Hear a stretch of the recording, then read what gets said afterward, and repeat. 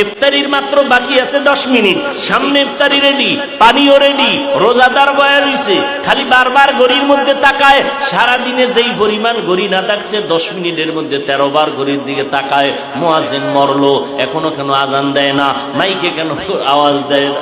ঠিক নেই, মাথা গরম, এখনো টাইম হয় নাই। কততে তাড়াতাড়ি ক্যালেন্ডার দেখ। আল্লাহ কয় ফেরেশতা তাকায় দেখ, মাত্র 10 মিনিট বাকি, পেটের মধ্যে প্রচন্ড ক্ষুধা, পানির পিপাসা, সামনেও খানা রেডি, পানিও রেডি, এরপরও কেন পান করে না, খায় না, ক্ষুধাও আছে।